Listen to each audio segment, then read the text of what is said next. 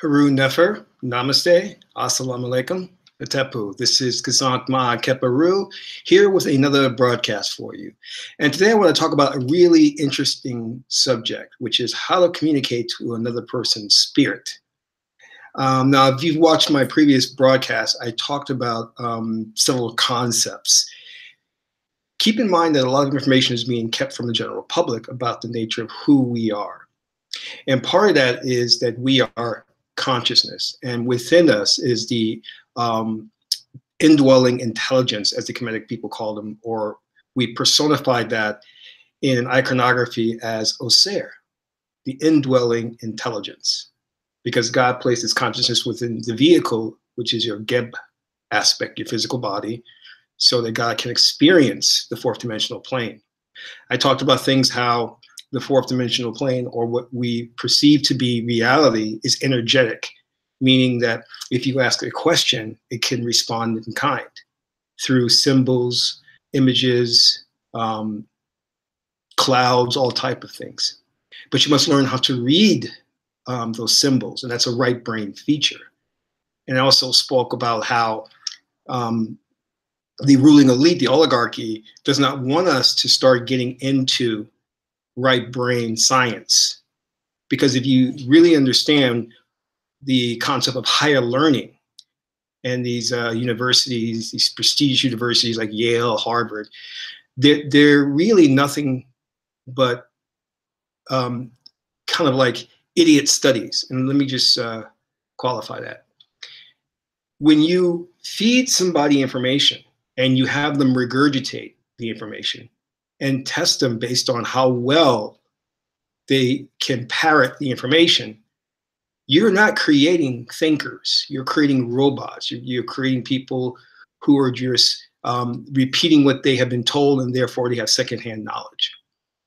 In ancient Kemet, what we practiced was the knowledge of thought, or tuhuti, wisdom, going within the indwelling intelligence, communicating with this indwelling intelligence, and coming out with a wealth of knowledge and information that solves so many problems in the world, which is why if you go back to antiquity, you'll find that the civilizations that were created back then were of high moral caliber.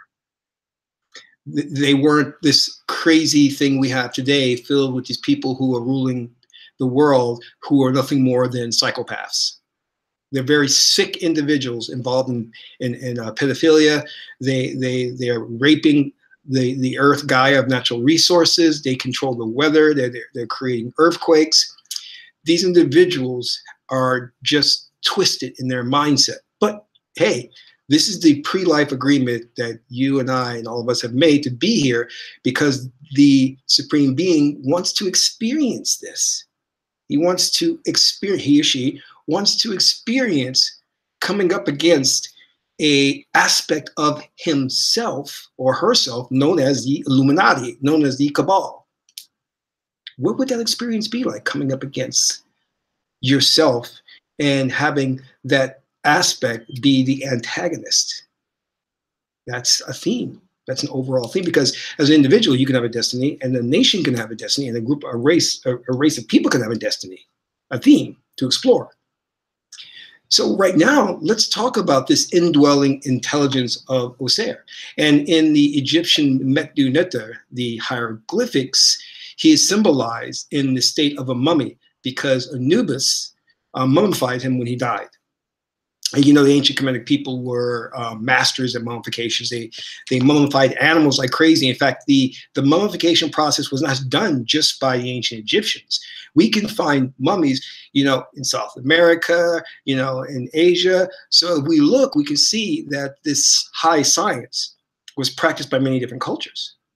But the reason the Kemetic people portrayed this archetype of Oser as a mummy, because Oser was the highest aspect of your being. And let me give you an example of what Oser looks like, so you can have a reference. And that's very important, because if you notice with all other religions, they have a reference within a religion of what you should be aspiring to.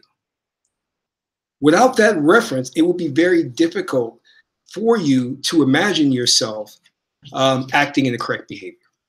This is Oser. Notice he has the crook and the flail, and he has the crown. He wears the crown.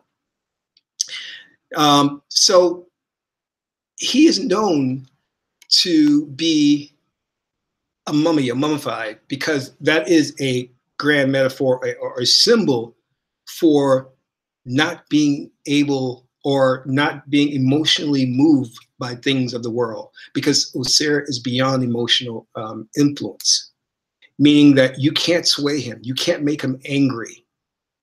This is why Oser is known in some of the Egyptian mythologies as the great judge, because his emotions are so under control that he can judge impartially.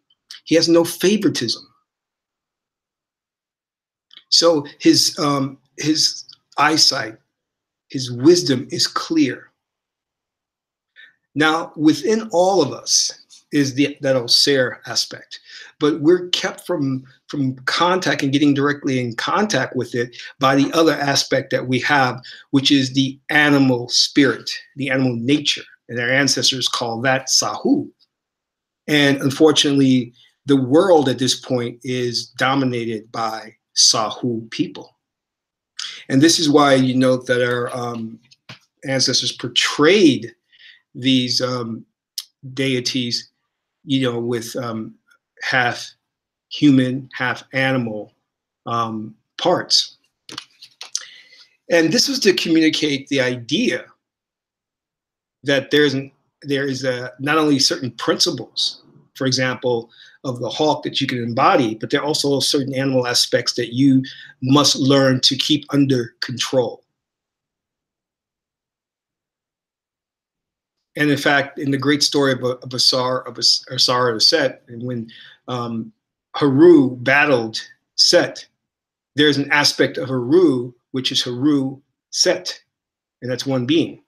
And the message there is that if you're not careful, you can turn to the dark side in the same way that Luke Skywalker, when he fought Darth Vader in that tree, which was full of the dark side, Yoda said. And Yoda told him that he didn't need his weapon when he went into that tree. And Luke took it anyway. But Luke said, well, what's in the tree? He says, only what you bring in with you. So he was bringing in a dark element within himself, because he could be turned to the dark side. So the animal nature is within all of us, And in the previous video, I talked about how Oser, he was resurrected because his Set killed him, and Oset, or Isis, traveled the world to collect his body parts and reassemble them. So Set cut them up into 14 pieces. Those pieces were spread throughout the world. And the grand metaphor for there is that the truth has been put throughout the world, and you have to collect the truth and bring it together, right brain thinking, and form the whole, which is Oser. So Oser was resurrected, and we know Oser is a story of the original story of Jesus and Mary, of that mythology.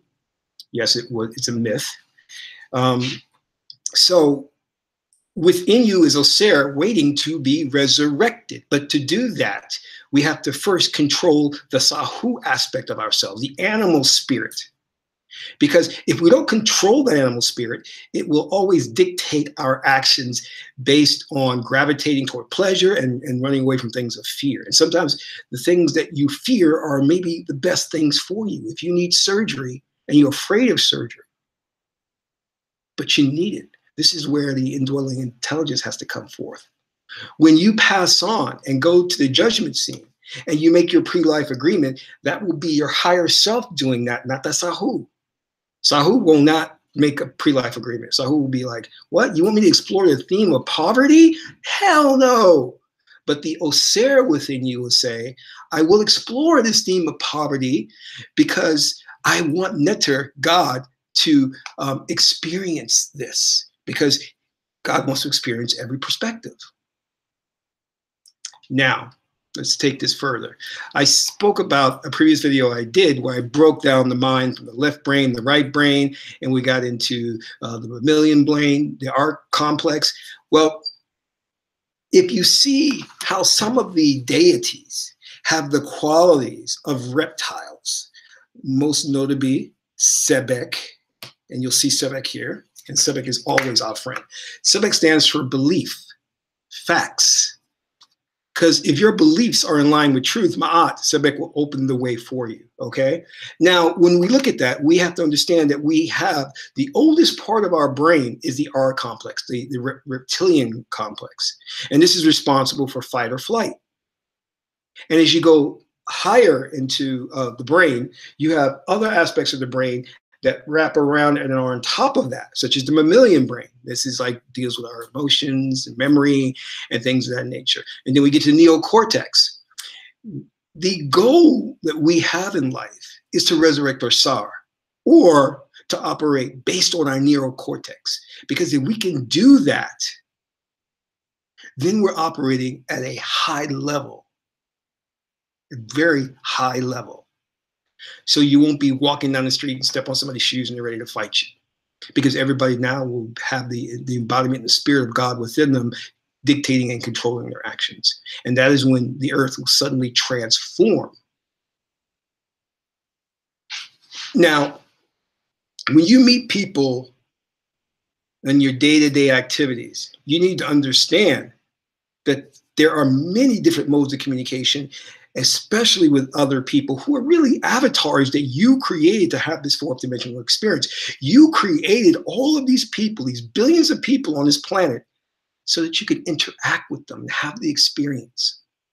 So being that all of these people are avatars, or we can say CGIs, effects, computer generated effects, you can communicate with them verbally, communicating to the physical being, or you can communicate with the spirit within them. Because there's two things that are operating. There's the physical being, and Freud called this the ego. Okay, the ego. You can communicate to the ego. In Kemetic culture, we call it the person, and the self is your true self. The self is Oseer. So you could communicate to the ego or the spirit within them, the Oseer within them. And this is deep. This is deep. Next time you're talking to someone, I want you to look them directly in the eyes. Gaze at them, don't stare at them. There's a difference between gazing and staring, okay? Staring gets creepy. Look them directly in the eyes. And I want you to say this mentally. Greetings to you, spirit. Please show me a sign that you acknowledge me. Say that. Now, what will happen? This will go over the other person's head because they're going to be engaged with you on a physical level, a physical conversation, a verbal dialect, right? But you're going to notice that they're going to do something odd. For example, you may be talking with them, and after you say that statement, something may go like that, and the person will be like, oh, I don't know what, I just get chill. I don't know where this chill came from. That is the indwelling intelligence responding to you. And then from that point, you can now have a dialogue with that person's spirit. You can say, how are you? Or you can ask a question and get an answer.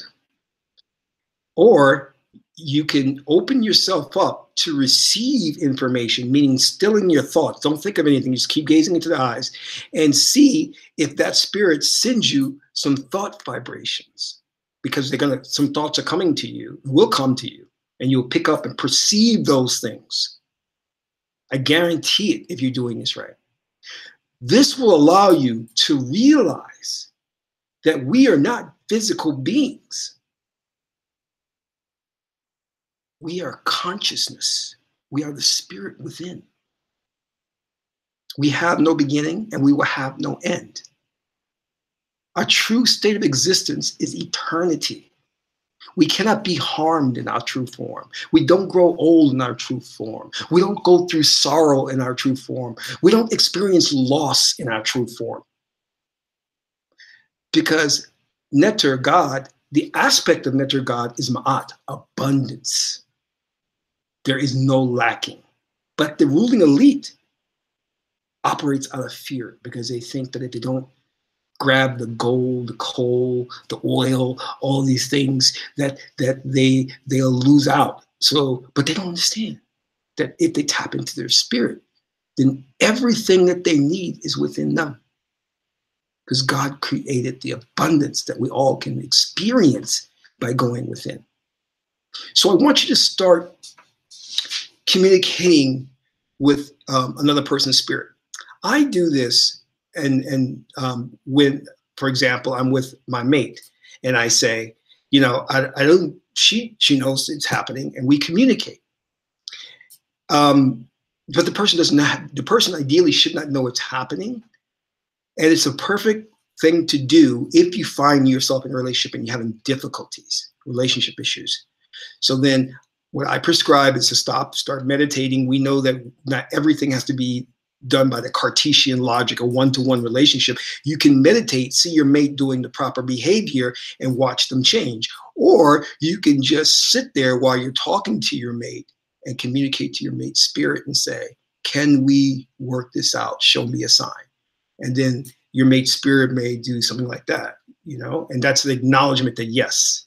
And then the spirit within your mate will work without your mate's ego aware of it to mend and make the relationship more harmonious. Does that make sense? Okay. So I want you to start doing this because you have to understand there's more to this existence than we're told. We are not physical beings. This is an illusion. You know, this is not solid. It's just an illusion. You're being tricked to believe it's solid because it's necessary, because you have to have this individualized experience. Individuality serves its purpose. Because if we go back to true essence, the essence of who we are, which is oneness, eternal existence, there's no individualization. So there can be no experience because you have nothing to interact with. So you as God, not a God that's outside of you. You are God. There is no outside God. There is no. Stop praying to the Lord. Stop saying, God, do this, God, do this. Say, me. It's me. I am God. Because in the beginning, there was the one, me, and I was alone. This is actual Kemetic scripture. I was alone. And I brought forth the word out of my mouth. And then that became, the one became two. And then I looked back upon myself. And that was the thought that I had, that I am two now. And then the two became the three, the Holy Trinity. And it goes on further to say, I put down the law first, ma'at, for which everything had to operate. That law had to come in first. And then Shu and Tefnut came, and all the Geb came, and all these other things out of the Kemetic science. Beautiful. It's beautiful poetry if you read it, but it's science.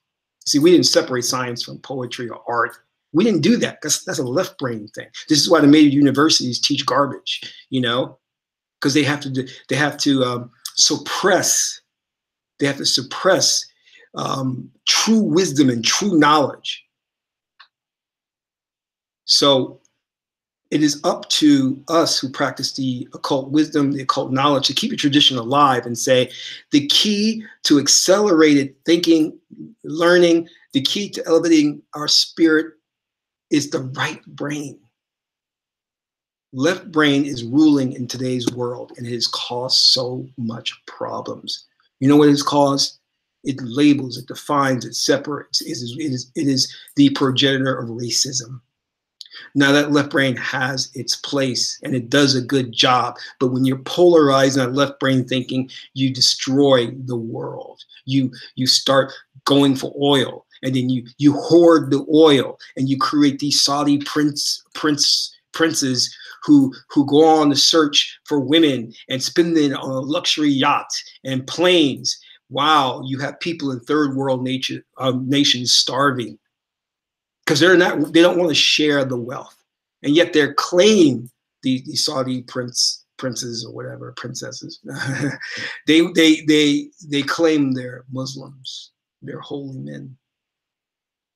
How could you, Ma'at is balance. Ma'at is evening things out. How could you justifiably have billions of dollars and not share that wealth with those not as privileged as you?